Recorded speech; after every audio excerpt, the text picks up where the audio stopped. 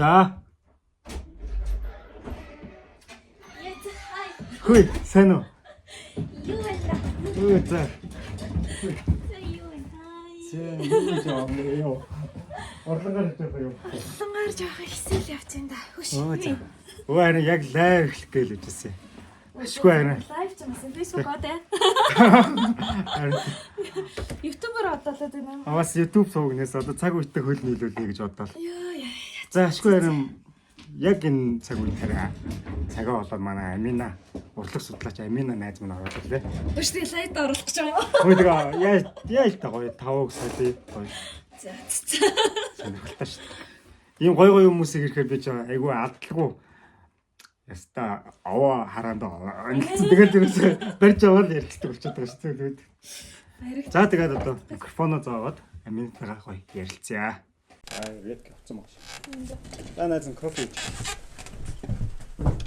Тэгээд ингээл айлгуутаа л ээжээ да. Манай нэг оргил гээд шав зураач байдیں۔ Цаадах чинь ойрд сормос хийдэг. Тэгээд сормосны айгууд ажгүй сайн мастер болсон. Тэгээд би сормос хийлгсэн чинь Ирэхтэй хүн мө тий? Аха. Эрэхтэй өмсч өгөөс айгуу сайн гоо сайхан ч нар гарч ирд юм бэ штэ ерөөсөө. Айгуу нимбач юм баа.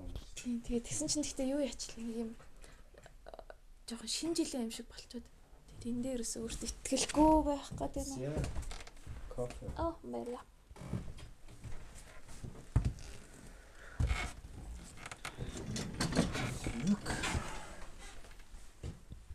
За энийг мартчихгүй ингээд ярих юм байна тий. Тий. За төлөө гэхгүй. Одоо ингээд сурччээ гэдэг. Төлөө. Нөхөрхөө юу байгаас вэ? Хуучны аяга. Харин энэ бүр яг гоё бидрийг баг байхад саци үед юм гоё стаканат гэсэн шүү дээ. Би сая урлагаар хэсэж яваад нөгөө актер шуугаан тарьсан нойлыг чинь харлаа үзлээ.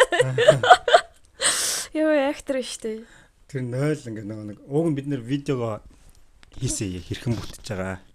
Тэр видеого цацж арай 0 манд дуусах бол видеого цацааг байгаа юм.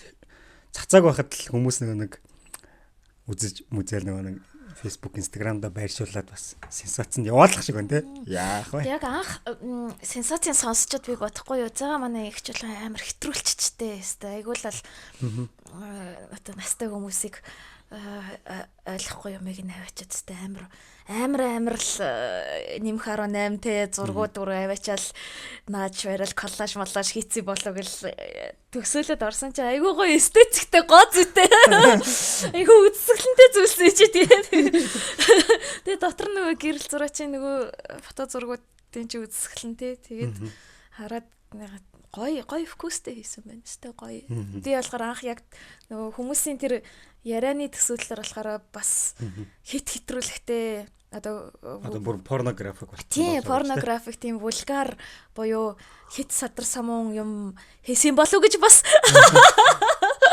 юу яачлаа. Уг нь бол яг энэ эротик гэдэг сэдв чинь бол байж л байдаг. Тэгэл нөгөө нэг угаасаа нэг сэдв болоод уран бүтээлийн сэдв болоо эротик киноч гэж байдаг. Дүрслэг урлагийн өөрөө том байр суурь эзэлдэг төрөл шүү дээ. Тэ угаасаа нөгөө эротизм дүрслэх урлагт гээд дээр үед би нэг ээжтэйгээ болгон зураачтай лекц уншижсэн байхгүй.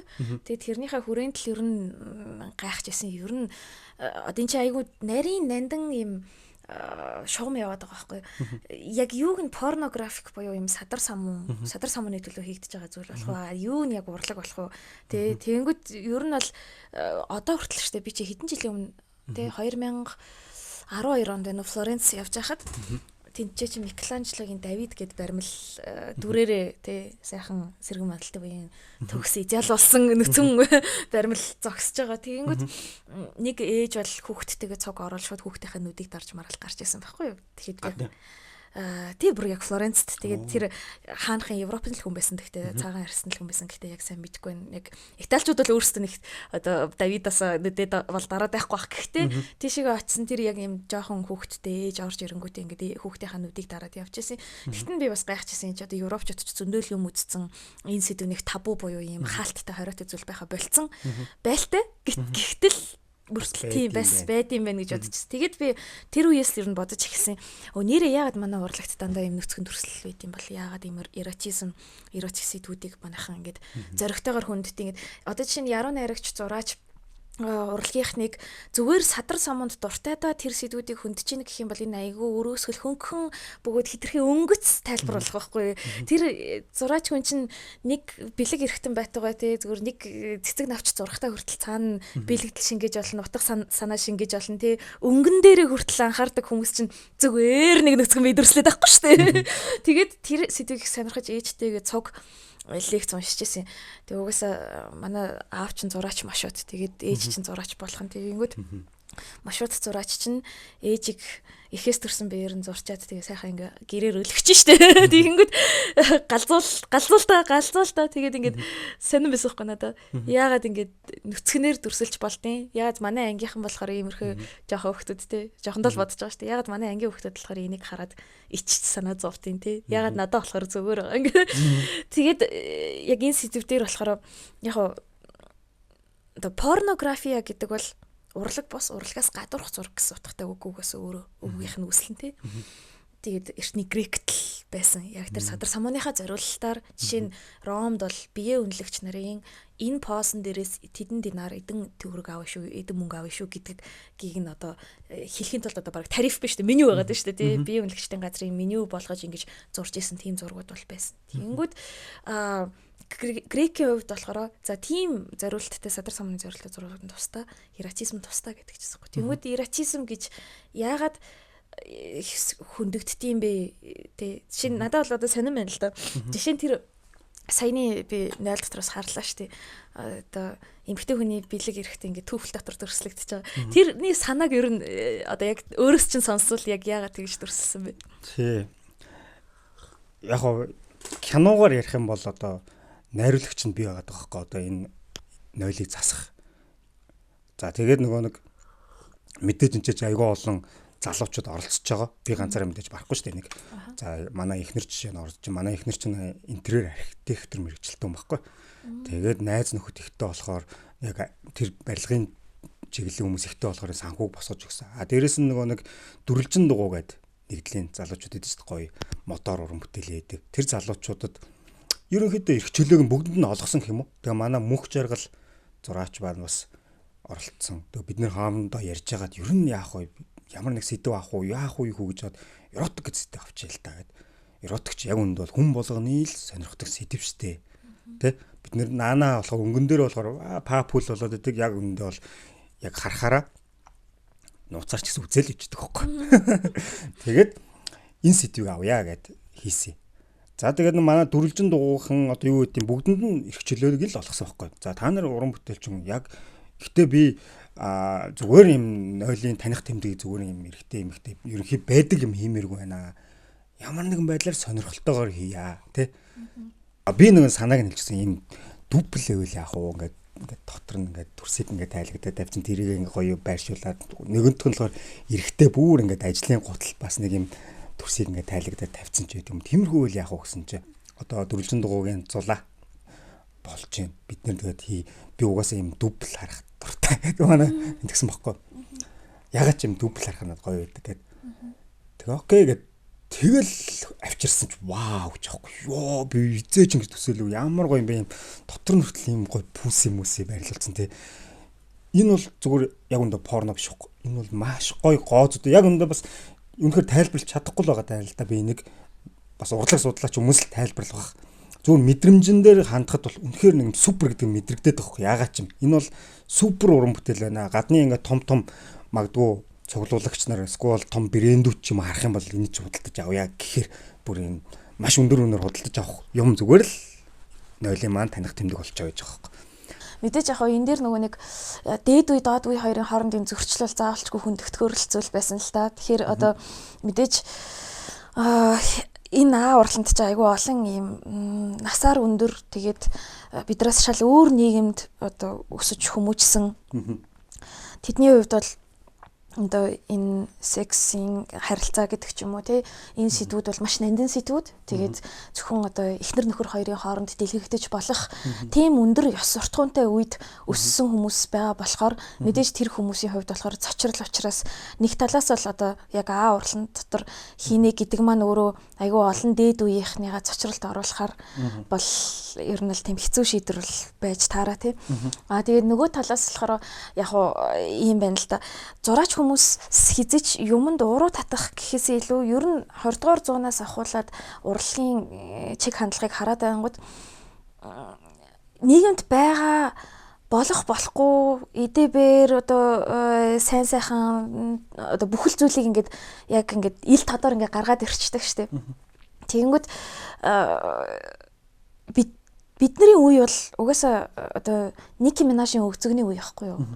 Бид нар ингээд сувг солиол баахан л Ники Минажийн өгцгөл үзэж штэ ер нь за одоо Ники Минаж нь хоцрогдсон баха мэдгүй байна. Гэхдээ ямар ч байсан бид нар ингээд одоо нүцгэлэлт ч юм уу тий садар самун гэдэг зүйл хориотой сэдв байха болцсон одоо нийгэмд амьдарч байгаа. Өнөөдөр бид нар хүүхдээсээ нуух боломжгүй болсон байхгүй юу?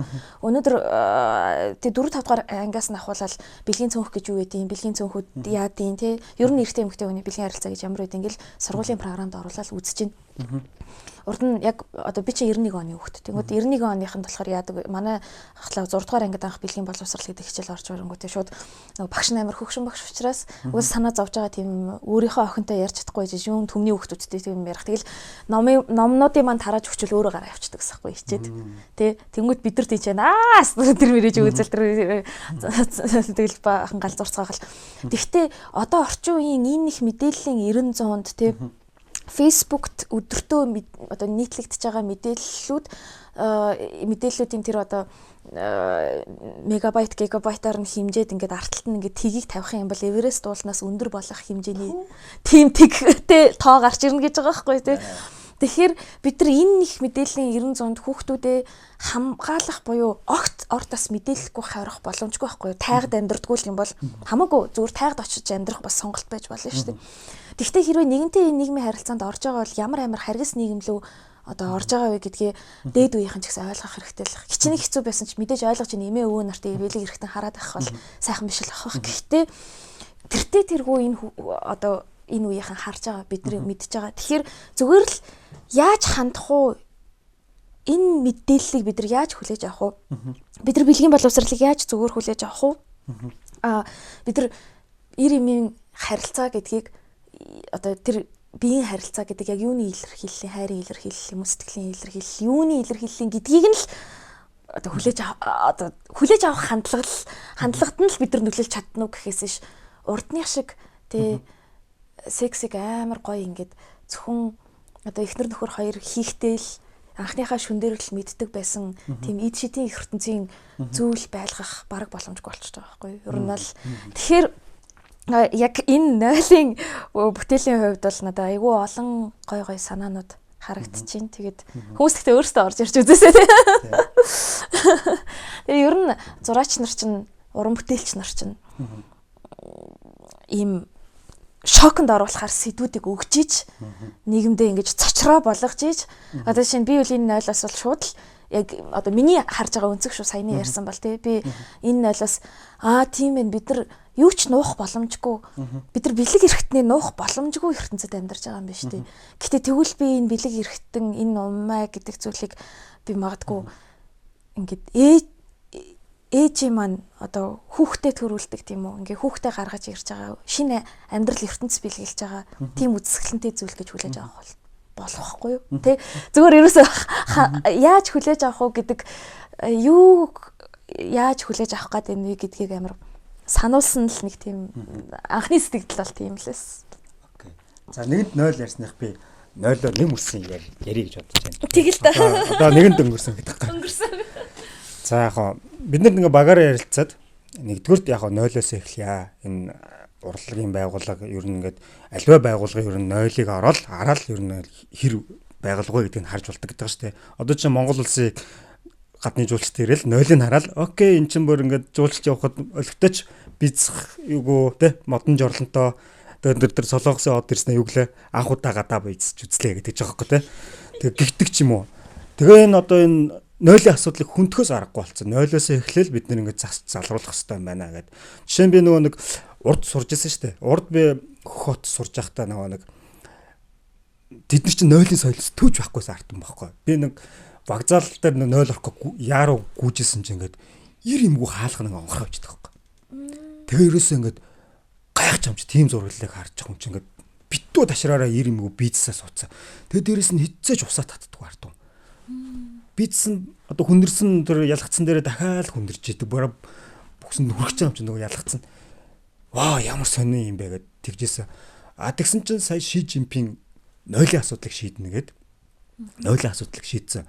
Одоо ингээд нийтийн нойл мойл руу харангуут яг Баян айлын хаус руу орж ирж байгаа юм шиг болцсон зэ ингээд буудан дээр суугаад телевизээрээ мүзээд халуун утуу суугаад хүлээл хөрөө мөрөн зөөд амар цэвэрхэн болцсон. Нөгөөдүүд маань хаалгаа хадаг болцсон. Дээрээс нь нөгөө нэг усаа татдаг болцсон.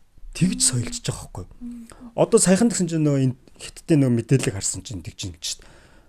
Шээсний шинжилгээг нь авлаа гар утас руу нэлгэлээ бүх өвчнийг тэгж болж байгаа байхгүй. Тэгсэн чинь манайхан нойл гэдэг юусоо бохроо шахдаг газар энэ зүгээр нэг юм бохор байх ёстой гэж ойлголттой явсан учраас өнөө хүртэл тэр нөгөө нэг бохор заваантайгаа одоо ингээл үер болон нөгөө нэг өтө хорхоо язгалсан үер усны бөө өвчин зовлон тэгэл ирдэг. Сэтгэлгээнд нь байгаа даахгүй. Би ямар санд хэлсэн нойлын ус татах амархаа. Тархинд байгаа усыг татах хамгийн хэцүү байна гэдэг байхгүй. Энэ жишээ нь 10 зураачийн нойлыг засаад байгаа ерөөс асуудал биш байхгүй. Энэ ингээд челленж ингээд одоо жишээ нь би одоо нэг давхрын нойлыг засаач гэдэг өөр зураачдаг дуудана. Нөгөө зураачд нь 3 давхар ингээд урчууд ивэл нойлынхаа асуудлыг шийдчих юм бол одоо жишээ нь танаа сургуулийг танаа сургууль тийсийг тийс нь мөөс нь одоо юу гэдэг галерейнууд нь ингээд гэр оролч гэдэг юм уу. Ингээд нойлороо ер нь шийдийг л таа гэдэг байхгүй. Нойлынхаа асуудлыг шийдээ. Тэгээ кемпүүд одоо юу гэдэг аялал жуулчлалын кемпүүд гэдэг юм. Магадгүй яагаад улсаараа ийм үцлэн гардаг нойлтой байгаа байж болтгүй. Яагаад байж болдгоо гэж асуулт тавихад л угаасаа байж болохоор байгаа байхгүй. Тэгээ жуулчд хүч шít. Вау энэ эдний нойл нь амар сонирхолтой юм байна лээ. Нойлдоо дандаа гоё уран зургуудтай. Тэ? Вай нот гэж байгаа байхгүй. Тэгэд аливаа юм нойлоос л эхэлж янзлахгүй бол ганцхан нойл биш. Бас нөгөө нэг ир юм хоёр ч гэсэн амьдралаа нойлоос эхлээд амьдрал нь ингээд цэцгэлээ бод гоё ихгүй. Тэгэхгүй ингээл бөө хөрөнгөн дээр буучдаг нөгөөдөл нь хийхэн байхгүй ингээл баг харт амигчин болоод их нь дуусч байгаа байхгүй. Тийм биш. Аюу гоё амьдрал ч гэсэн нойлоос эхлээд өөрсдийнхөө амьдралыг бий болгоо те. Тэмцэл ч гэсэн юм тийм байгаа байхгүй. Бид нэр хит том мөрөөдөл хит том одоо метрогоор яриад бид нар хэдэн жил хулгатаж энэ улс төрд гарч ирэвдээ те. Одоо метрого болиё л доо. Зүгээр тэрнийх орн ногоон автобусаа шийдэе л та. Ингээд жижигхэн асуудлыг шийдэж явж л энэ нойлоос эхэлж 1 2 3 гэд тэгээ 1000 дахь асуудал сая дахь асуудал руу орно гэхээс биш. Тэгээ жижиг нойлоос эхэлж энэ ажлыг хийя. Дээрэс нь эротик гэдэг сэдвийг авсан болохоор яагаад вэ гэвэл энэ эротик гэдэг сэдв чинь хитрхи Монголд хаалттай. Ярьж бараг болохгүй. Нэг тийм чөлөөтэй юм шиг ирнэ. Хаалттай сэдв баггүй. Одоо жишээ нь энэ манай яг өмнөд Ахмад зураач нар дийлхэн яагаад байгаа юм биш. Эсрүүцээд байгаа юм биш. Маш ингээ эргээр хүлээж авч байгаа. Тэндээс яг цөөхөө идэх ерөөсөө 95% нь дэмжиж 5% нь л эсрүүцээд байгаа байхгүй. За тэр 5% бол угаасаа л байх л нэг прогнозтэй энэ юуны хувьд. За тэгэн гут тэгтээ дэргүй байж тээ. Манай ач ирээд үзчихвэл яах юм гэдэг. Ачин тэр өвгөөс илүү ингэж гар утсыг нэвт мэдчихэж байгаа байхгүй. Айгуул хүссэн үсээгөө тэр сайт майт руу чи орцсон айл үжи үзсэн байгаа байхгүй. Тэгэхээр энэ хааж одоо чиний хэлдгээр хааж бүрээс хязгаарлаад нэмэргүй болсон сэдв. Тэгэхээр энэ дээр нь харин бид нэр яавал гоё ингэж гоо зүйтэй үзүүлж харуулах уу те. Гадны улс яагаад ийм том галерей хүртэл бэдий зөвхөн эротикоор те. Тэгэхээр энэ хаах тусам л ингээд Америкийн тэр архины тухай ойлгоо штэ. Архийг чангадах тусам улам архиталт гэсэл далд эдийн засаг далд маф хөгжөөл явж исэн. Яг тэрнтэй адилхан гэж би хараад байгаа байхгүй. Тэгэл гоо зүйтэй болох бах. Одоо би жишээ нь ингэж хараад байгаа байхгүй. Бид нэр ингээд одоо дээр үед бол хүүхдийн ингээд те одоо ингээд тамхинаас нүнэрлээл те навчи ингээд найтаж майтаадаг байсан. Тэр үедээ болохоор нэг юм болоод байгаа юм шиг бид нэр ойлгодог гэсэн байхгүй. Миний хувьд бол нэрэл ингээд хөгжилтөө юм шиг байсан. Одоо л үгүй. Одоо л надад бол стам муухай харагдан заяа. Магадгүй тэнд дотор үнэхээр нэг хүүхэд сонирхдаг гаш намтай явж үл яах вэ? Бүр ингэж ирээд те Тэр нэг хүүхдээр нөгөө нэг хөөрдөд байгаа юм шиг сэтгэл зүгээрээ яг үндэ бүр ингээд өөрийнхөө нөгөө нэг гаж донгоо дарж идэг тийм хүн байл яах вэ гэж бүртэл бодогдож байгаа хөөхгүй. Одоо бол үгүй энэ бол хүчингү болсон. Одоо цагт бол тухайн үед бол болж исэн. Тэр байтугай одоо хүүхдийг учир зүг аймгаар үнсэж мүнсэл ингэдэг үе ч өнгөрөх байх гэж бодож байна. Тэ? Яг би яг над тамхилах ёсны талаар Оросд хойно нөгөө ангийнхандаа ярьж өгсөн байхгүй юу? Тэгээ нэг ярьж өгьеш гэж бодоогүй зүгээр л нэг яриан дундуур л ороод ирсэн.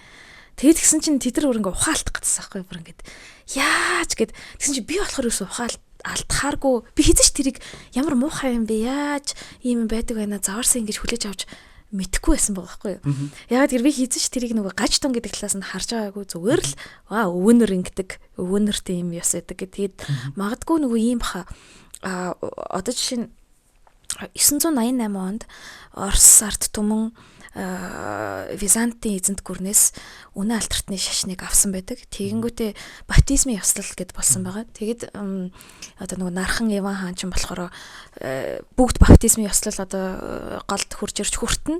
Хүртээгүй нэг нь бол миний дайсан гэд хэлсэн. Тэгэнгүүт ингээд тэр хүмүүс бүгдээрээ баптизмын ёслол хүртэхдээ хурж ирэхдээ нүцгэн хурж ирээд нүцгэн ирэмгүй хүүхэдгүй бүгдээрээ голд ороод тэгээд баптизмын ёслол одоо шашныхаа ёслолыг хүртчихэд ингээд явсан гэж байгаа байхгүй. Тэгэхэд нөгөө тэр нүцгэн байсан гэдэг дээр хинч нөгөө онц ач холбогдол өгөөгүй. Тэр ерөөсөө тийм амар зүйл биш байсан.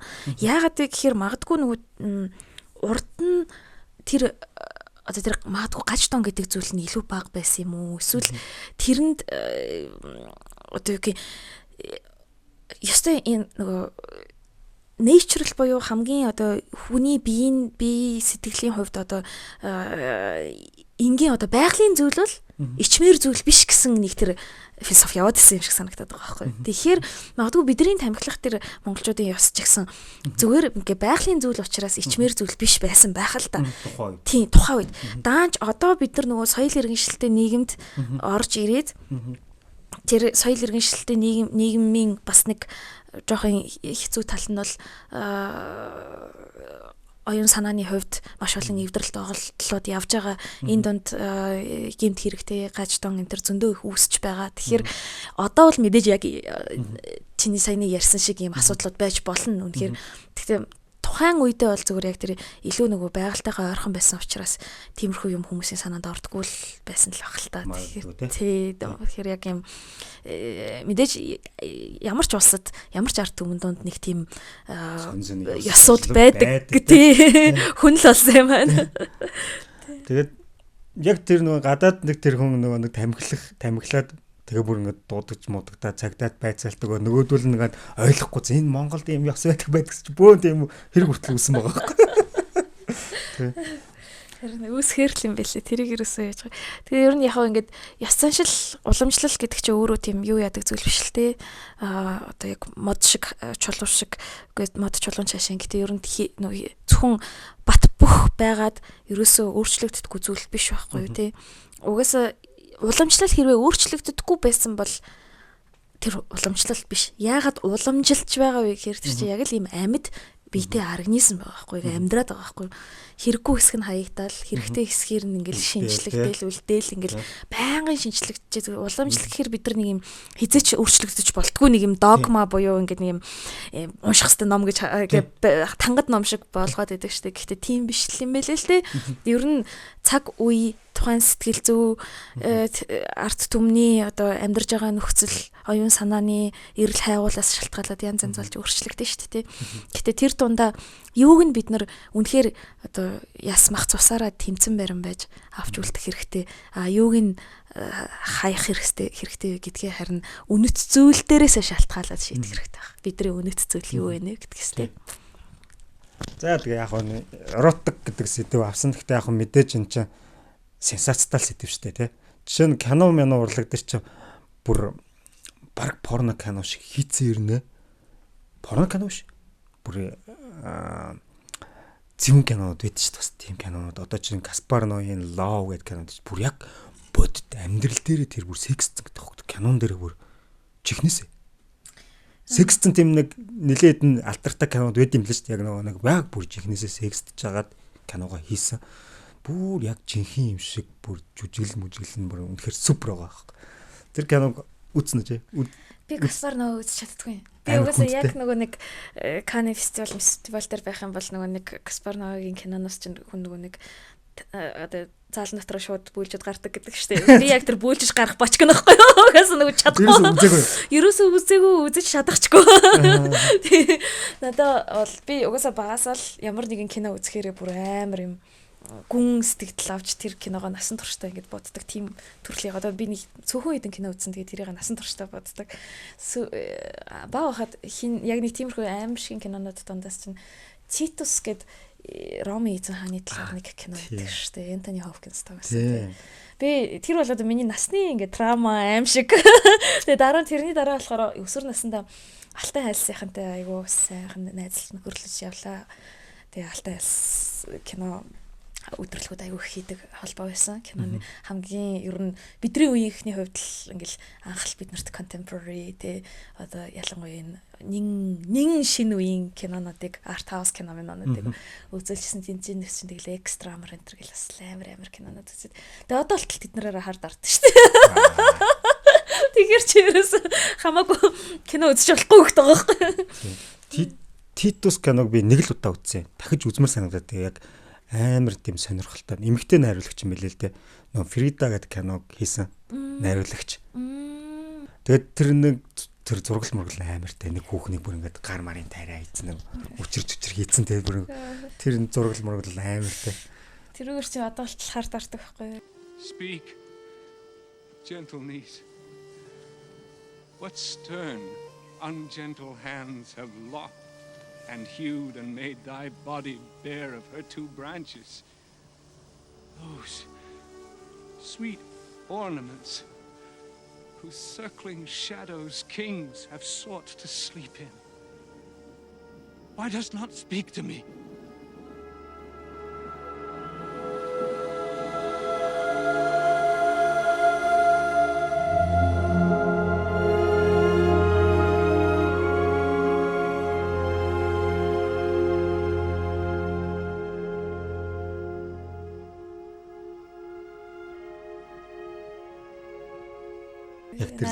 Ядчих надад нөгөө нэг юу гэдэг фобиатай байхгүй юу? Би айгүй олон төрлийн фобиатай юм билээ бас хөрхий өөрийгөө өрөвтэй нөгөө юу би нэг өөрийнхөө өхлийг ингэж төсөлчтэй. Тэгээ хоёр төрлийн өхлөөр өөх юм шиг санагдаад. Нэг үл ингэж гаж тонтонд баригдаад ингэж тамлуулж өөх нь авгүй л автомашины ослоор өөх нь. Нэг тийм хоёр юм сонин юм дүр зураглал ч юм уу. Тэгээ зүүд биш дүр зураглал биш. Би миний өөрөө зохион бодсон зүйл биш. Зүгээр ингэж орж ирээд алга болдог нэг тийм ухамсарын дундах оюун санааны нэг юм байдаг байхгүй. Тэг би яагаад ч юм тэгж боддог. Хянах шаардлагагүйгээр орж ирдэг. Тийм орж ирдэг байхгүй. Тэгээд тийм болохоор би гаж донтой ч юм уу ямар нэг хүчирхийллийн юмнаас амар хайдаг тэгсэн чинь яг тэр кинон дээр чи яг л тэр бол сүүлд нь нөгөө хальт нэг ютубер орсон чинь шүлэглэл нас их гоё юм бэл шүү дээ. Үг яриан те тэр Шекспирийн нөгөө мэдээж тэр зохиол төр үндэслээд хийж байгаа. Тэгэнгүүт яг тэр Шекспирийнхаа ярианых нь одоо тэр яг шүлгийнх нь яруу найргийнх нь хэсгүүдээр ингээд явсан лайнууд мөртүүд байх шиг байсан. Тэгээ тэр мөртүүдийг хараад бас тэр яаж тэгэж тэр чинь бас нэг урлагийн том сэдв байхгүй юу? Хүчирхийлэл болон одоо гоо зүй хоёрыг яаж харуулж чинь. Гэхдээ би нэг хүчирхийллийг үзэсгэлэнтэйгээр үзүүлэх тал дээр жоохон тэрний эсрэг байдаг л та. Ягаад тэгэхээр бид нар альва нэгэн мэдрэмжүүдийг ялангуяа сөрөг мэдрэмжүүдийг үзэсгэлэнтэй болгоход тэрийг давраагаад байдаг юм шиг санагдаад. Тий яг би яг сүлд өөрийнхөө жишээн дээр ярихад ганцаардлын сэдвийг айгүйх хүлээж аваад тэгээд одоо өөрийнхөө амьдралтаа ганцаардаж байгаа болохоор тэр сэдвийг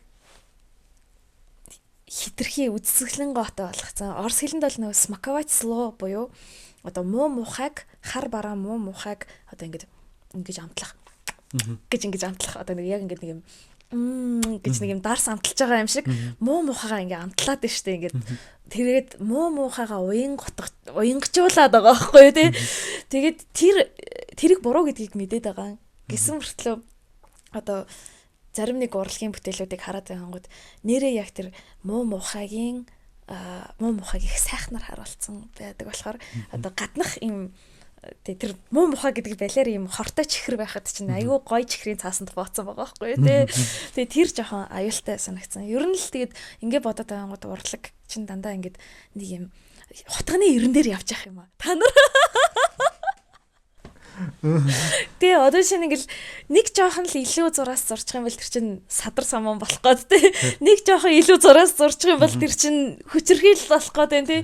Гэтэл энэ хүчирхийлэл ч юм уу садар самуун биш. Тэрнээс арай өөр сэдвүүдийг ингэж гаргаж ирэнгүүтээ гэхдээ айгүй сонирхолтой санагдсан. Яг сүүл нэг хятадын утга зохиол руу жоохон орж эхэлж байгаа. Тэгээд ер нь хятадын философиг бас хэрэндээ сонирхож эхэлж байна, дөнгөж эхэлж байна. Тэгэхэд яг тэнд бас тэр ганцаардал гэсэн сэдвийн утга гоёнглаг болгож байгаа чанар би тэгээд бас энэ хэр зөө гэдэг мэдгүй хамаа. Яа ингээд хүн өөрийгөө л бодоод ганцаардаалах юм бол ганцаардаал шүү дээ. Тэгэнгүүт ихтэй бас ганцаардах юмны өстэй нөгөө жин тунганд тааруулах хэрэгтэй байдаг юм болов. Гэтэ чи чин тунганд тааруулж чаддаг би бол чаддаг шүү дээ. Миний ярих хэлж байгаа. Ганцаардал ч юм уу ямар нэгэн сөрөг мэдрэмжийн жин тунганд тааруулж чаддаг уу? Ер нь шууд утгаараа ч гэсэн би аюу олон жил ганцаар явсан хэрэг. Ганцаардлыг аюу гоё давуу тал болгоод байгаа юм шиг надад өөр санагддаг байхгүй. Ганцаардлыг шууд ингээд зураг болгодог, урлаг болгодог. Тэр нь их ер нь олон уран бүтээлчнэр тэгдэг баг.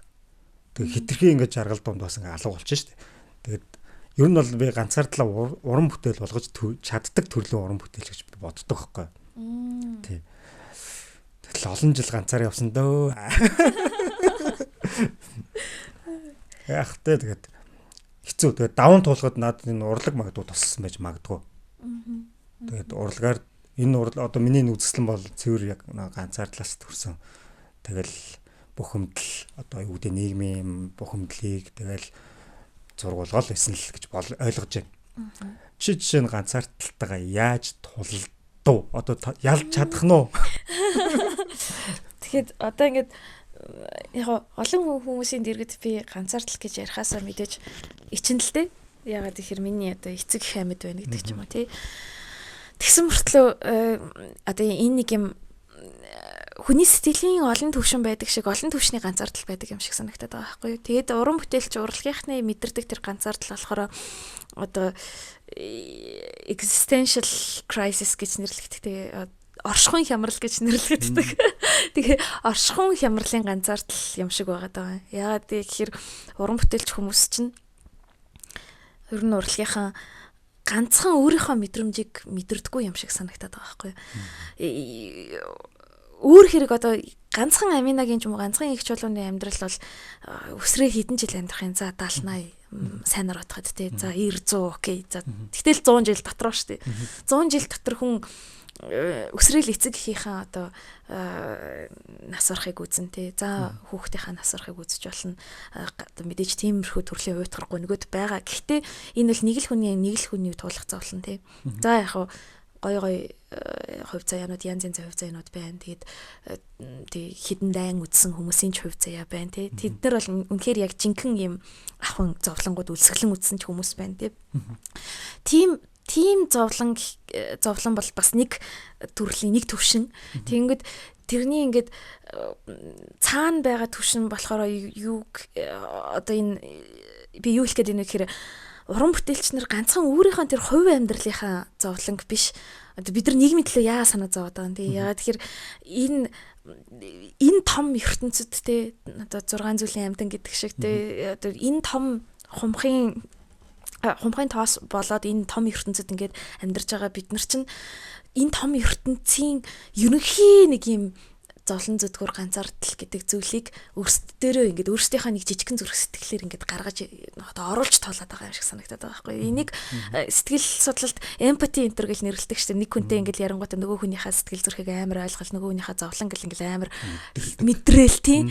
Тэгэнгүүт би яг сая тэгж бодсаахгүй нэг одоо би хувь хүн амина гэдэг талаас өнгөрөөд байгаа юм биш. Гэхдээ ер нь ийм урлагийн мэдрэмжтэй хүмүүсийн хувьд байдаг нэг хэцүү одоо энэс бүр салмаар санагддаг. Энэ амар хэцүү мэдрэмж.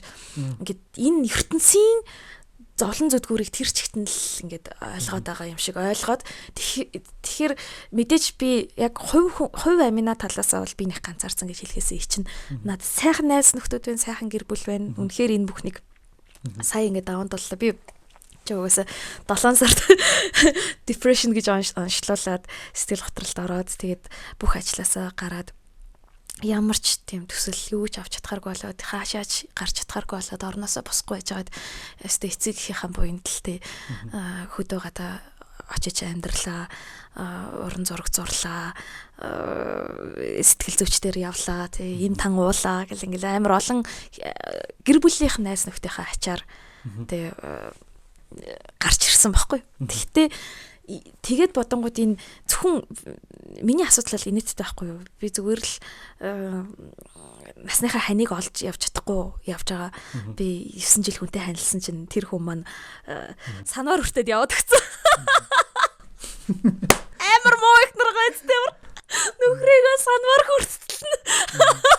Зовооцоо байдаг дацсан. Тэгээ нэг нөхөр маань санаар хүртээ яваад өгчлөө. Тэгээд дараа нь ч тэгээд ер нь хүн амтантай бүтсэнгөө тэгээд одоо энэ бол яг ингээ зүгээр ухамсараар харахад бол надад нэг инээдтэй санагдаад байгаа байхгүй юу? Ингээл энэ чинь ганцхан л нэг эмхтэй хүний амьдрал шүү дээ. Гэхдээ яг тэгээд наадах шалтгаан нь болохоор иймэрхүү юм хувийн амьдралд учирсан юм одоо хувийн амьдралд учирсан юм бүтлгүүтлүүд гэх юм уу? Гэхдээ би яг энэ ганцаардлыг бас мэдэрснээр хөрчүүлэг амар их ойлгодог болсон гэх юм уу. Ойлгох гэхээс илүү нөгөө яг хөшин хүмүүс дээр аюу тэр эмпати гэдэг зан чанар маань амар хөдөлдөг болсон. Ингээд ямар амар юм бэ? Би бол сая одоо эцэг их амьд байхаас гадна тий надад ирээдүй байгаа гэж босож ирсэн байхгүй юу? Надад ингээд би одоо юу ч хийж магадгүй. Надад ингээд ирээдүй байгаа. Надад ирээдүйд ямар ч гоё хүн учирч магадгүй. Тэгэнгүүт хэрвээ би 80 настай байсан бол ирээдүйд би гоё хүнтэйгээ уулзрна гэж хэлж чадах болов тий. Тэгэнгүүт тэр үед би нэг юм ганцаардлын юм тий байнгын юм иргэдэг нэг юм өрхөн дотор орсон юм шиг санагдах болов уу гэд тэрнээс амар айсан. Яг нэг юм зүүдэндээ амьдраад тэгээ тэр ганцаардлын зүрх мушгиралтыг ингэж мэдрэх юм шиг. Тэгээд тэр мэдрэмж хамгийн аимшигтайсан байхгүй. Бүр яг ингэж ганцаардаж мушгирж байгаа ингэж зүрхний тэр өвдөлт нь бие рүү тараад жинхэнэ биеийн хүчин болоод исэн байхгүй юу? Жинхнээсээ толгоо өвдөд, жинхнээсээ зүрх өвдөд, жинхнээсээ булчин өвдөж. Тэгээд тэгэхэд л аимшигтай санагдсан. Би ингээд 80 наснда ч гэсэн ийм ганцаардмал байх юм болов гэсэн чинь хүн нэрээ ганцаараа төрөөд бас ганцаараа л үхэх шүү дээ. Тэгэхээр би өөрөө өөртөө яаж аз жаргалтай байж сурах уу гэдэг ч юм уу тий. Тэгээд яалтчгүй нөгөө урлаг маань тусалж байгаа юм л та. Рахманинов Оросын одоо 19-р зууны сүүл 20-р зууны их үеийн маш том хөгжмийн зохиолч. Рахманиновыг Монголд бол одоо хэд удаа тоглож байснаас ер нь бол тоглогддог. Гэхдээ бас шууд анх сонгодог хөгжим сонсож байгаа хүмүүс л Рахманиновыг сонсдоггүй жоохон хөнддөө хөгжимтэйгээд тийгдэг. Тэгэд Рахманинов өөрөө яг тэр сэтгэл готролд ороод 3 жилийн турш орноосоо босохгүй зөвхөн нэг юм маш их мөнгө хэрэгтэй болоод тэг өлсөж турж өгөхгүй тулд нэг орноосоо босож хичээл зааж төгөлдөр уурын хичээл зааж очдог. Өөрөө бол төгөлдөр хуурч удирдаач тий хөгжмийн зохиолч гэдэг агуу хүн байсан байгаа байхгүй. Тэгсэн мөртлөө бас нөгөө өөрийгөө голдог. Өөрийгөө хинч биш гэж боддог. Өөрийгөө эзэж нөгөө мундаг хүн гэж боддоггүй, өөртөө итгэлгүй, тиймэрхүү зан чанарууд байсан юм билээ. Ямар сандал концерт нь амар амжилттай болол хүмүүс бүрстэй амар алга ташаал. Тэгэхэд тайсныхаа руу орчоод би хөгжмийн зохиолч биш гэдгийг мэдчихэна. Амар муухай болсон гэдгийг ойлгож ин гэд тгээс уучдаг байсан гэж байгаа байхгүй. Тэгээд заалаараа алга ташиж яхад чинь тэрэнд итгэж чадахгүй байна гэдэгтэй. Тэнгүүд Рахманинов өөрөө 3 жилийн турш тэгж орноосоо босхгүй байжгаад эцсийн бүлэгтээ тэр төгөлдөр хуурын симфони оркестртэй 2 дугаар концертыг бичээд гарч ирсэн байгаа байхгүй. Тэр сэтгэл готрлаасаа яагаад тэгэхээр ер нь Рахманины үнэ альтернатив шинтэйсэн. Үнэ альтернатив шинтэй хүний хувьд бол сэтгэл готрол гэдэг бол чи чөтгөрийн нөлөөнд орсон байгаа нүгэл үлдчихэж байгаа сэтгэлийн төвшинл гэсэн үг. Тэгэхээс нэг тийм одоо нэг өөрийгөө хараа өвчин биш байхгүй. Тэгээд тэнгууд тэр хүн чинь тэр нүгэлтэйгээ тэмцсэн байна да тий. Тэгээ амар гарч ирж байгаа байхгүй.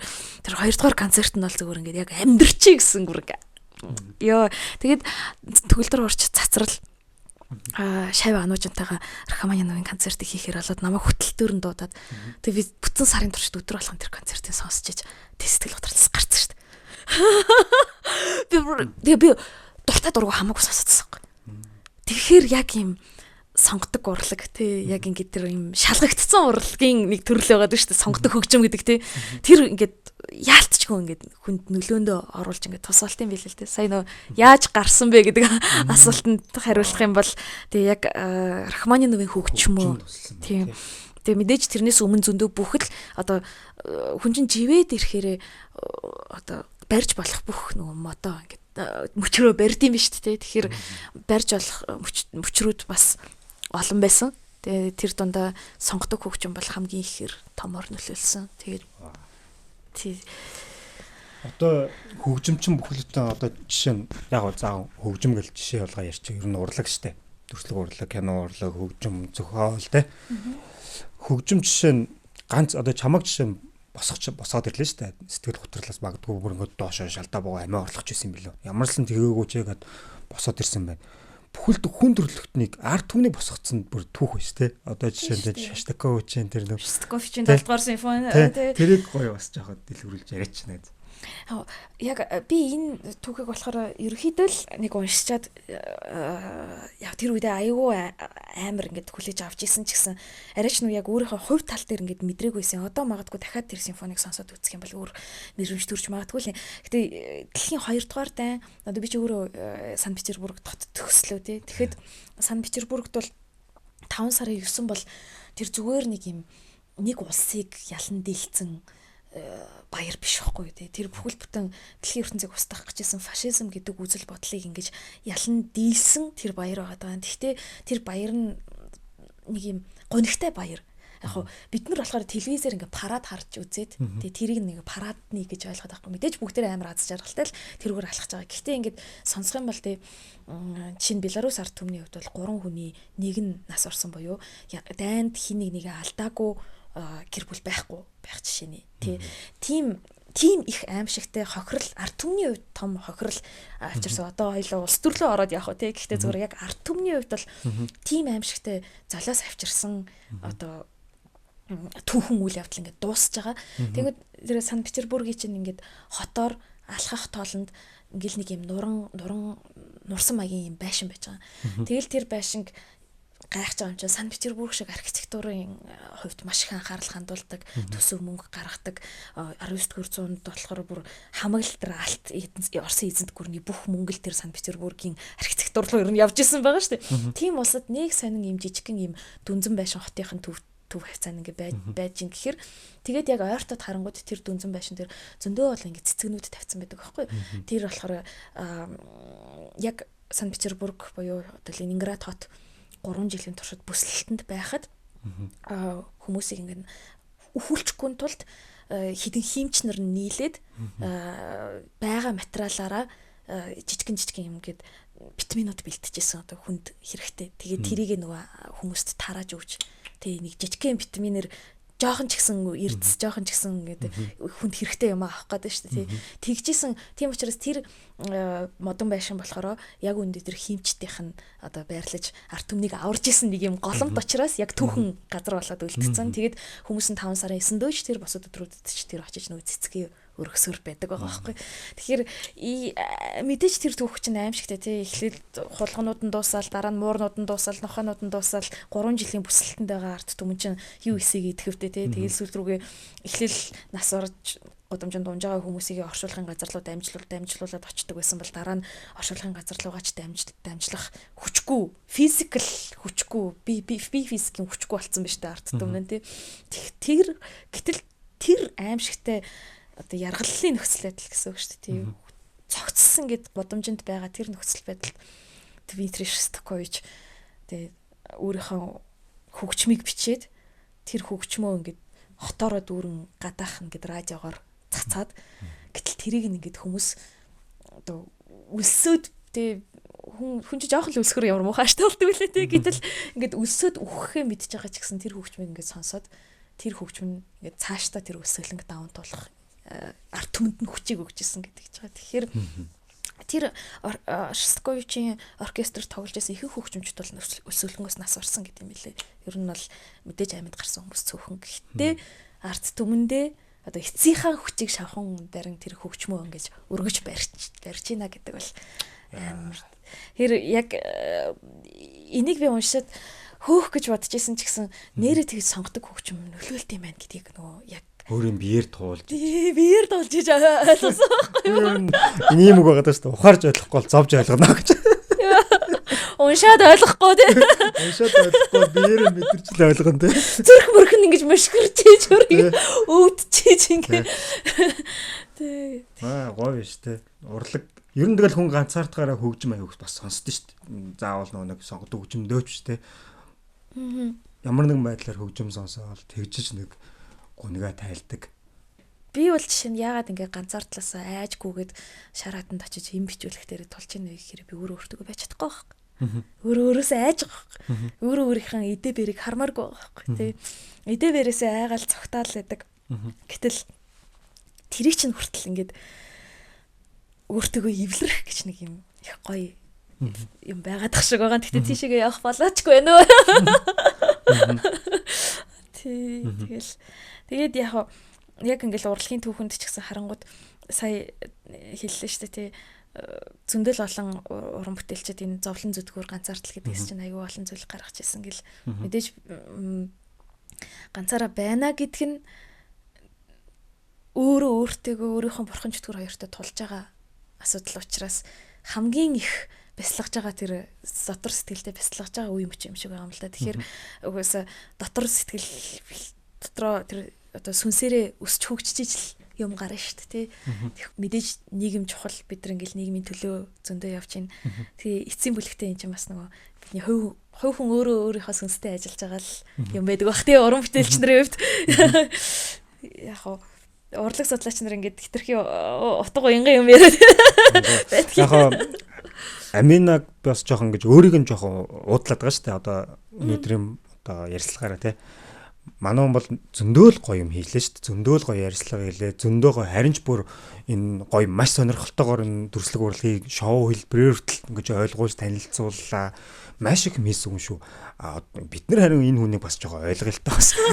Ганцаард шүү дээ. Бас энэ хүн чинь дандаа ингэж нэ чанагаа тий. Дандаа ингэж байхгүй бас ядран зүдрэн бүр ингээд үр дүнд хүрэхгүй болоо хүртэл миний хийж байгаа юм үр дүнд хүрэхгүй байгаа болоо гэж хүртэл ингээд шаналаад бодож байгаа хөө. Үгүй хүрсэн. Тэгээд чиний нөө ярилцлагуудыг зөндөө сонсч ирсэн.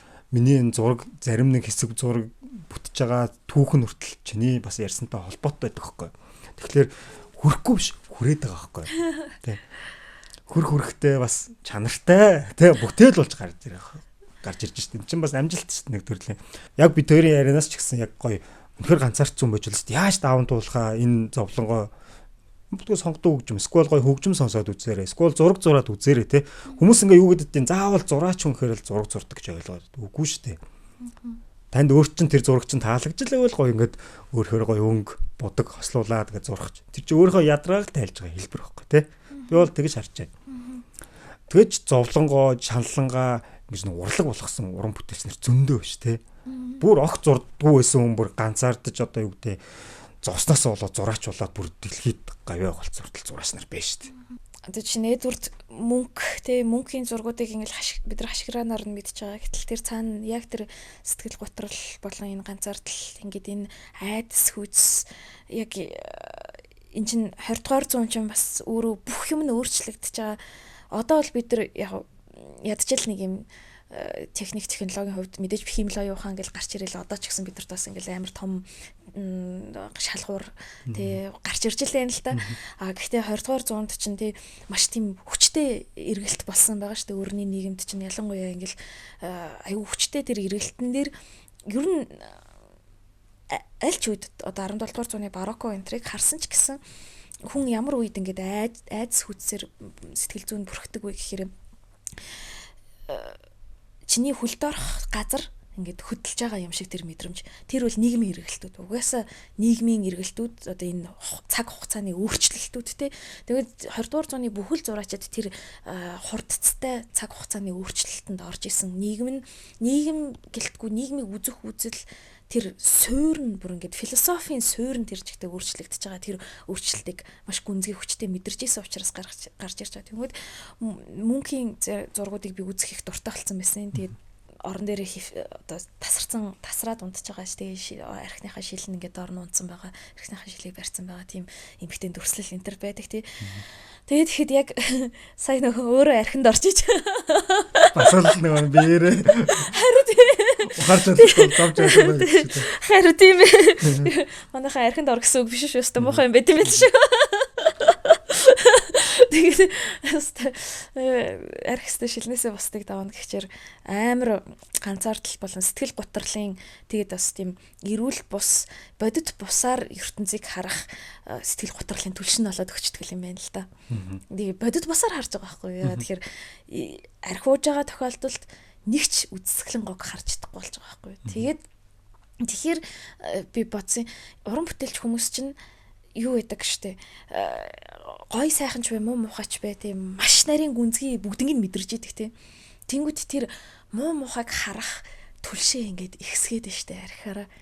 Тэгэхээр тэр дунд нь болохоор нөгөө бас гоёыг нь харж байгаа тэр яг уг одоо чанар нь байгаа тий уг мэдрэмж нь байгаа.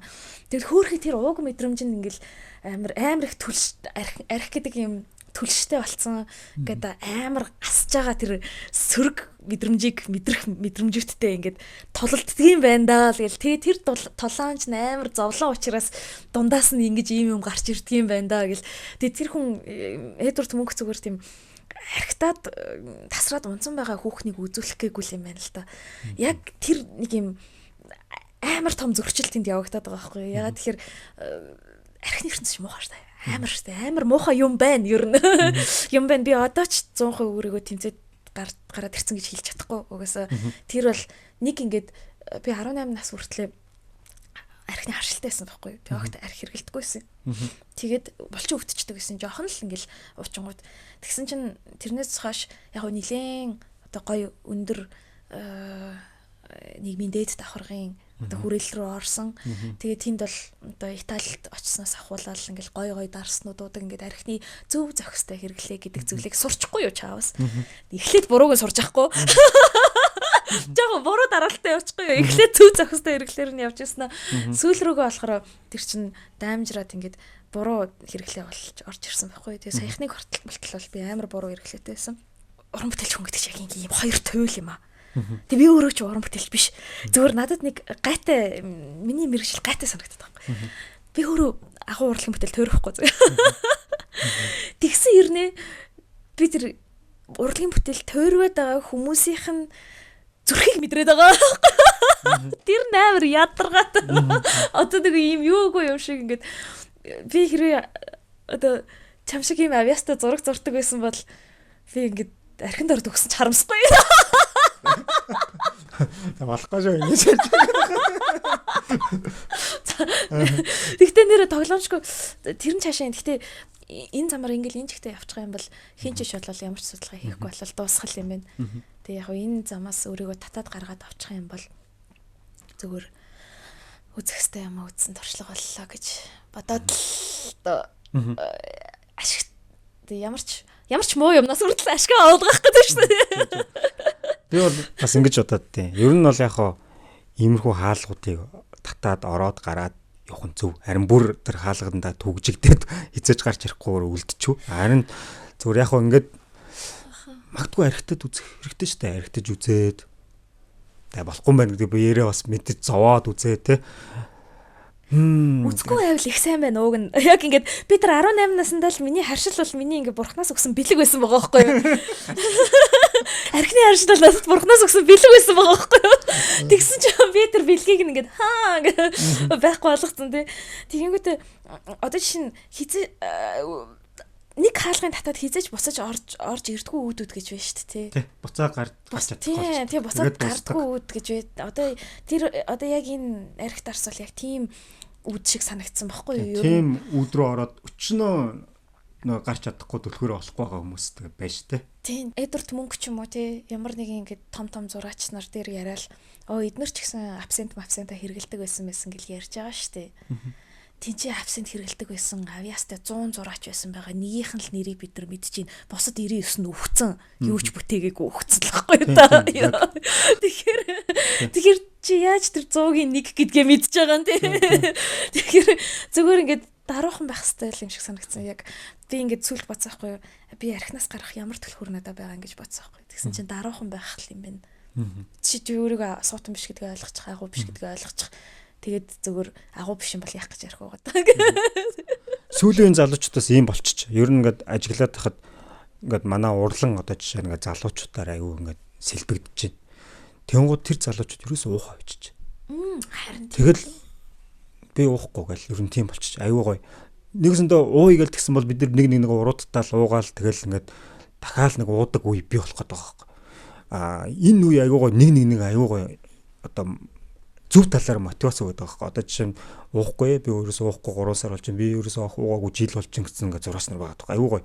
Дөнгөд тэнцээ нэрэл уух хүсэл төрөхгүй. Ингээд арх яг ууж үтснэг бол үтсэн бид нэр шоудаал зөндөл явсан. Тэглээгээд урлаг төрдгүүн байна гэдэг ойлгосон байхгүй. Тэгээд харин чинь бүр тарих гимтээгээд байна. Тархины хамаг эдсүүдийг өхүүлээд байна гэдгийг ойлгосон байхгүй. Одоо жишээ нь тим хэрвээ уран бүтээлч байгаа бол та хоцрогдчихэ гэж би хэлэх гээд байгаа. Одоо нэгсэндээ арх угаа бангад нь ороод зурдаг зураач бол одоо тэр юм худлаа шүү. Тэгж тийм ойлголттой явж байгаа бол та хоцрогдсон байшгүй л гэж би шууд хэлчихэ. Гэтэ тийм зураач ер нь хайцсангүй байхгүй болсон. Тэгээ одоо үе үйл өөрлөсөн байх л та. Бас нөгөө тэгээ 90-ад оны тэр актер хэцүү нийгмийн өөрчлөлтүүдийг үзээд тэгээ тэр хүмүүсийг одоо бид нар шүгэд одоо нэг юу яатсан юм чи. Тийм.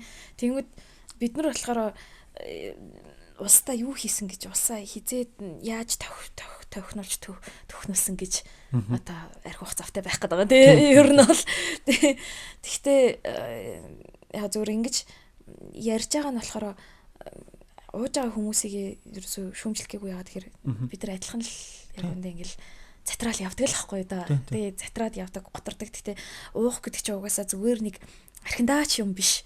Тэгээ эргүүлээл нэг юм ганцаардл тэр нэг юм дотоод мэдрэмж болохгүй бүтэхгүй байгаа сэтгэлийн л юм түлхүүрл сэтгэлээ л амар сонсож түлхүүрдэж тэр сэтгэлийнхаа л бузар булаа буртгийг цэвэрлж явах ёстой юм байна л да.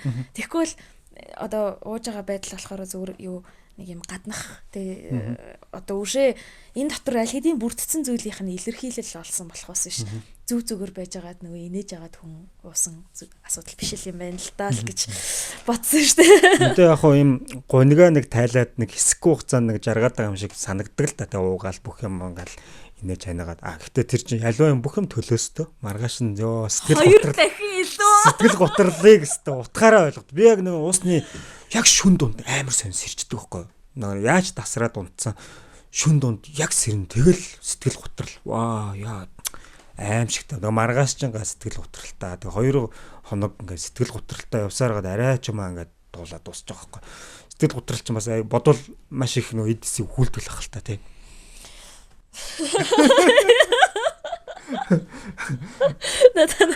Бурхан тэнгэр минь. Харин тэгээ үнэхээр ёо тэгээд айгүйх залбирсан л доо. Тэгээ амар бурханд залбирсан. Тэгээд сүүл рүүгээ бүр ингээд юу яж байгаа юм чинь ингээд зүрх мушиграад өвдөд ахаар чинь ингээд сүүл рүүгээ бүр бурхан минь би өөрөө бол үнэхээр твчгүй юм байна, тисгүй юм байна, дийлэхгүй юм байна. Тэгээд одоо таал намайг ингээд гаргаад өгөөч. Одоо би ч ингээд өөрөө ингээд худган дотор орчоод ингээд өөрийнхөө өснөөс ингээд татаад ингээд гарах гээд ингээд худганаасаа гарах гээд байна шүү дээ. Би чадахгүй байна шүү дээ. Тэгэнгүүт өстө бурхны туслалцаагаар өстө нэг урлаг шишээ хоёр лугаал хуйлаад та гэдэг. Йоо, өстө урлаг шишээ хоёр доо зүгээр нэрээ бүр мүлгэж байгаа юм чи бүр. Тэгээ бүр одоо чи ингээд ярьсан чи ингээд нуруу хатцаар жишээ угаасаа ингээд хэцүү байгаа. Тэгээд өстө Гэтэ бас азтай юм аа. Нөө бид нар урлаг байдаг нь азтай юм аа л гэж үзсэн. Яг ингэ нэг амар тий хизэж хөршгүй юм урлагч нь тийм зүйл биш. Тий хүн болгонд тийм хүртээлтэй байж чаддаг, хүн болгон авах хэмжээгээрээ өөрийнхөө саваа одоо хэр том савтай энэ төдий чинийгээрээ дүүргээд авах боломжтой. Тэгээд тэр нь хизэж дуусахгүй нэг амар гоё баялагтай гэдгийг ингээ мэдэрсэн байхгүй юу. Тэгээд би яг наадах дээр чинь дөрөөлөд нэг санаж байгаа дээр нэг уриалга хэлчихэ. Өнөөдөр Монголын одоо нийгэмд бол би бол зураач нар маш их ажиллаа сайн хийж харж байгаа байхгүй. Ерөөсөө 7 хоногт хичнээн ч үзэсгэлэн зэрэг нээлттэй хийгээд байгаа бүүмэд тэ одоо ингээл одоо жишээ би contemporary галерей дээр ингээл contemporary үзэсгэлэн гарцсан бай. Саяхан ингээл урчууд ийл дээр үзэсгэлэн буугаал дараач үзэсгэлэн гарах гад бэлдэж гин. Одоо ингээл тэр хаамакны галерей дээр ирэхэд л ингээл гоё бэхэн зургийн үзэсгэлэн гарцсан байна. Яг одоогийн байдлаар шүү дээ. Ингээд тим үзэсгэлэнгүүд гоё гарч явах чинь одоо тим үзэсгэлэнгүүдийг үзээч гэж одоо ард түмнийг уриалах гэдэг байгаа байхгүй. Ваа яагаад үздэггүй юм бэ? Одоо жишээ нь та нар одоо би нэг юм дээр аюу гайхаад байгаа. Нэг шинжил бол тортон дээр бүр ямар амар очир үсчихэд яа бурхан тэнгэр минь ээ. Одоо тэр нэг юм ховор цаг үед чинь тэр нэг тортыг нэг жилд нэг удаа яг гараараа хийгээл нэг иддэг байсан юм бах. Тэгээ тэр үедээ нэг тэр сэтгэлгээ байгаад байгаа байхгүй. Уушлаараа та мөнгө нь байна тортныхын газар битүү хаасайг байна. Та өсчүүл маргааш ороод ингээд жижигэн зүсэн торт аваад идчихэж штэ. Тэгсэн чинь бүр торт идэж үзээгүй юм шиг бөө очир яа бурхан тэнгэр минь. Бид нэр ийм нэг сэтгэлгээнээс салахгүй юм бол энэ гачин ядуу зүдүү амьдралтай хэвээрэл байна гэсэн үг. Энэ тортод биш үзэсгэлэн үзэх гэж очролдог болсон цагт энэ нийгэм чи ирүүлэх юм байна гэж хараад байгаа юм. Одоо жишээ нь би Ухаан хотод сурж байхад Монегийн үзэсгэлэн ирж байгаа. Монегийн үзэсгэлэн гэхдээ их бүр нийтээр ирэхгүй ш. Нэг 2-3 зураг нь ирээл Монегийн үзэсгэлэн галбар сенсацтай болж. Тэгэхэд хөө Монег үзэх гэдэг тэр очир дээр алсчихгүй хятадууд. Тэгсэн цагт тэр ирүүлж одоо хят бүр үнэхээр тэр юу болчлаа ш. Хятадын бараг 100 болчлаа ш. Яг үнэндээ. За тэгэл Луврын музей үзэн, Эрмитаж үзэн. Зүгээр нь бараг 80% нь хятадууд явж байгаа ш. Тэгэж урлагт ангад сангаж ш. Тэгэхээр энэ үзэсгэлэнгүүд нь ихэнх нь үнэгүй байдаг. Та нар үзээч. За зарим нь нэг хөөрхий 300,000 төгрөгийн үнэтэй нэг ундаа авч хүрэхгүй мөнгөөр л та оюуны цангаагаа тайлах боломжтой шүү дээ. Уран бүтээлч нэгээ сууж та уран бүтээлчтэй гоё яриа өрнүүлэх бүрэн бололцоотой. Тэ юу бодож та ингэ зурсан. Яагаад ингэсэн ингэ гоё ярилцах. Манай уран бүтээлч аюугаа нээлттэй шүү дээ. Ингээд би ингэж бодож зурсан гэж ярилцсан. Ирээчээ гэж уриалж байна. За би тэгээд бас давхар нэг юу хийгээд байдсан шүү дээ. Видео хийгээд үзэсгэлэн үзэж амжааг хүмүүст зориулж байна. Магадгүй бүр ирэх боломжгүй хөдөө өгдөг ч юм уу. Эсвэл гадаад өгдөг ч юм уу. Тэр хүмүүст зориулж нэг бяцхан хэмжээний видео штер гэдэг байхгүй. Угсаа бид нар одоо яагаад үзэсгэлэн үзэхгүй мөртлөө талхан дээр очирлаад байгаа болохоор угсаа нөгөө идэ үнэт зүйлийн л асуудал байна л та. Эдгээр юг үнэт зүйлээ гэж тавьж байгаа юг эдгээр яг үндэ бүгдээрээ л хөгжихийг хүсэж байгаа шүү дээ. Улс их орноо бүгд л гоё сайхан амьдрахыг хүсдэггүй юм гэж хаанаас юм те. Тэгэхээр зөвөр бид нар түлхүүр нь сайхан амьдрах түлхүүр нь эхлээд оюуны зүйл сэтгэлийн зүйл гэдгийг л ойлгохгүй л ах шиг байна л та. Бид нар болохоор одоо материаллык база хангаад те одоо алтаа бүгднийг ухаж дуусгаад ингээд байчих юм бол сайхан эдийн засгийн номер 1-т байх юм бол сайхан хөгжчихнө гэжгүй мэдээж эдийн засаг оюуны хөгжил бүгд хоорондоо холбоотой. Гэхдээ альва улсын түүхийг харахаар оюуны хөгжлөө нэгдүгээрт тавьж иж тэрийгээ дагаад бүх юм цэцгэлдэг байгаа байхгүй. Тэгэхээр энийг л зөвхөн хувь хүний амьдрал дээр ч тэр байгаа байхгүй. Хэрэг бид нар үнэт зүйл нь оюуны хөгжил, оюун эхлээд байх юм бол оюун гэдэгт зөвхөн тарих боловсрал дипломны хавцыг хэлээгүй шүү дээ. Бид нар сэтгэл зүрхнийхээ тэр сүнснийхээ оюуныхаа хөгжлийг ингээд үнэхээр нэгдүгээрт тавьж чадах юм бол сайхан амьдрал гэдэг зүйл араас ирэхээр л юм шиг байгаа. Угаасаа олон ч арт түмний түүхэн дээр бид нар энийг харж л байгаа байх л та. Бидний сэтгэл дотор байгаа асуудлуудыг урлагаар дамжуулаад шийдэж болдгийм юм байна шүү.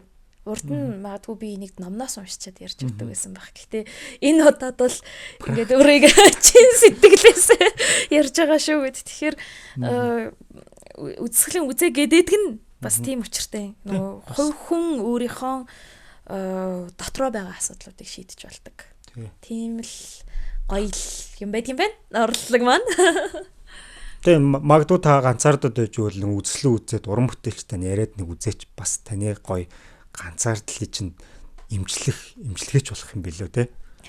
Харин тийм. Тэгээд бити ганцаардал дээр одоо би надад нэг ийм нэг бас сүүлийн үед зүгээр ингэ санагдаад байхгүй одоо эморал ганцаардал гэл амар ингээд хитрхи ингээд нийгэм дэвэргээд байгаа юм шиг тэрэндээ бас ингээд дүрд ороод байгаа юм шиг санагдаад байгаа байхгүй.